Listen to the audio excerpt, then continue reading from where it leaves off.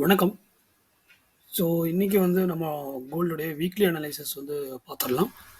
Shut up and sit down.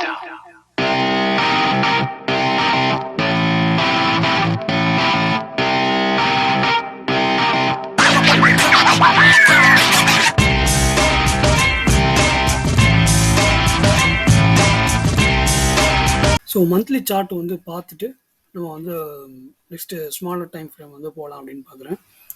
Okay, இந்த monthly time frame வந்து பார்க்கும்போது ஒரு அழகான ஒரு பேட்டர்ன்.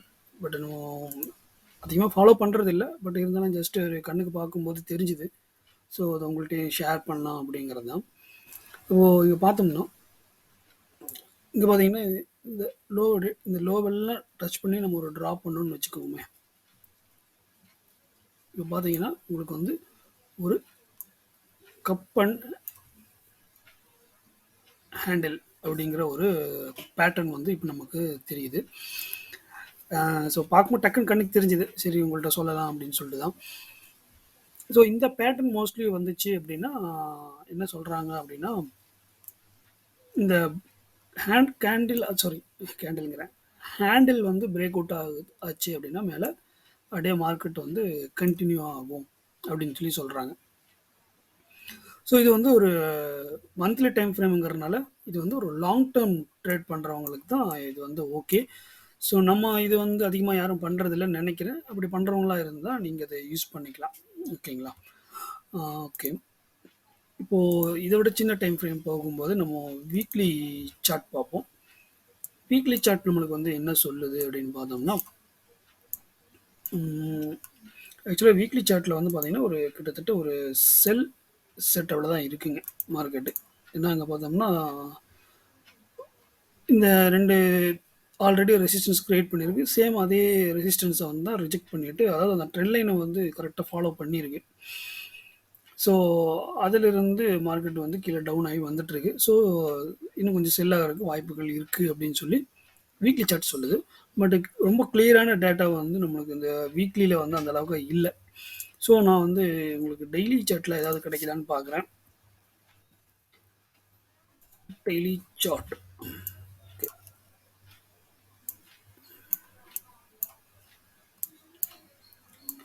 இந்த daily chart, okay super. So இந்த டெய்லி சார்ட்டை வந்து அந்த லைன் சார்ட்டாக மாற்றிட்டு நம்ம ஒரு ட்ரெண்ட் லைன் கிடைக்கிது நம்மளுக்கு அழகா. ஓகே, இப்போ நம்ம இது மாற்றிடுவோம். ஸோ இங்கே பார்த்தோம்னா இந்த ட்ரெண்ட் லைனை வந்து எவ்வளோ அழகாக வந்து மார்க்கெட் வந்து ஃபாலோ பண்ணியிருக்குன்னு பாருங்கள். ஓகே,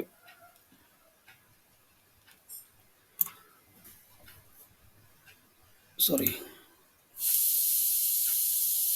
இங்கே பார்த்தீங்கன்னா ஒவ்வொரு லோக்கு கீழேயும் மார்க்கெட் வந்து லோவர் லோ க்ரியேட் பண்ணிவிட்டு மார்க்கெட் வந்து வந்திருக்கு. பட் இந்த சிச்சுவேஷனில் பார்த்தீங்கன்னா இந்த லோவர் லோ க்ரியேட் பண்ணலை. அதாவது ஒரு டபுள் பாட்டம் மாதிரியும் ஒரு ட்ரிபிள் பாட்டம் மாதிரியும் எடுத்துகிட்டு இந்த ட்ரெண்ட் லைனை வந்து பிரேக் அவுட் கொடுத்துருக்கு. ஸோ இங்கேருந்து பார்த்தோம்னா மார்க்கெட் வந்து ஒரு ஹையர் ஹை க்ரியேட் பண்ணிவிட்டு மார்க்கெட் போயிட்டுருக்கு. ஓகே, இப்போ இந்த டெய்லி டைம் ஃப்ரேமில் பார்க்கும்போது நமக்கு வந்து என்ன அப்படின்னா, ட்ரெண்ட் லைன் வந்து பிரேக் அவுட் பண்ணிட்டு மார்க்கெட் மேலே போயிட்டுருக்கு. பட் இன்னும் வந்து மார்க்கெட்டை ஒரு செல் செட்டப்பில் இல்லை. ஆக்சுவலாக ட்ரெண்ட் வந்து கொஞ்சம் பையில் தான் இருக்கான் டெய்லி டைம் ஃப்ரேமில் பார்க்கும்போது. ஸோ ஓகே, இங்கே இது வந்து ஒரு சின்ன ஒரு ரெசிஸ்டன்ஸ் அண்ட் சப்போர்ட்டை வச்சு பார்க்கும்போது இந்த ஒவ்வொரு ரெசிஸ்டன்ஸ்லையும் நம்ம வந்து ஒரு ட்ரா பண்ணிடுவோம்.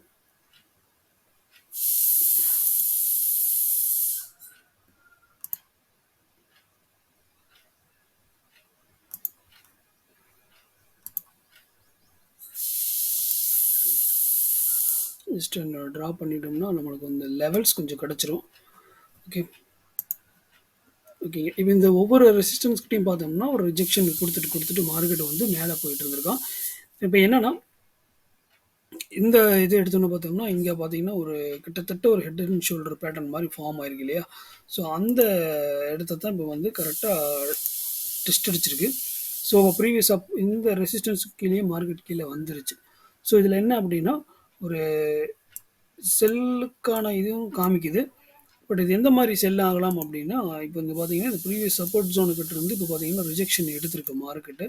ஸோ இது வந்து மேபி இந்த வீக் வந்து 1870, 75 ரேஞ்ச் வரைக்குமே மார்க்கெட் வந்து டெஸ்ட் பண்ணிட்டு தென் எகெயின் வந்து ஒரு டவுன் ஆகலாம்.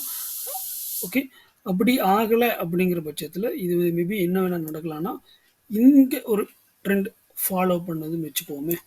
இப்ப இத வந்து ட்ரெண்டா ட்ரெண்டா எடுத்துக்குது அப்படின்னா, இது வந்து இந்த மாதிரி நடக்கிறதுக்கு சான்சஸ் இருக்கு. ஓகேங்களா?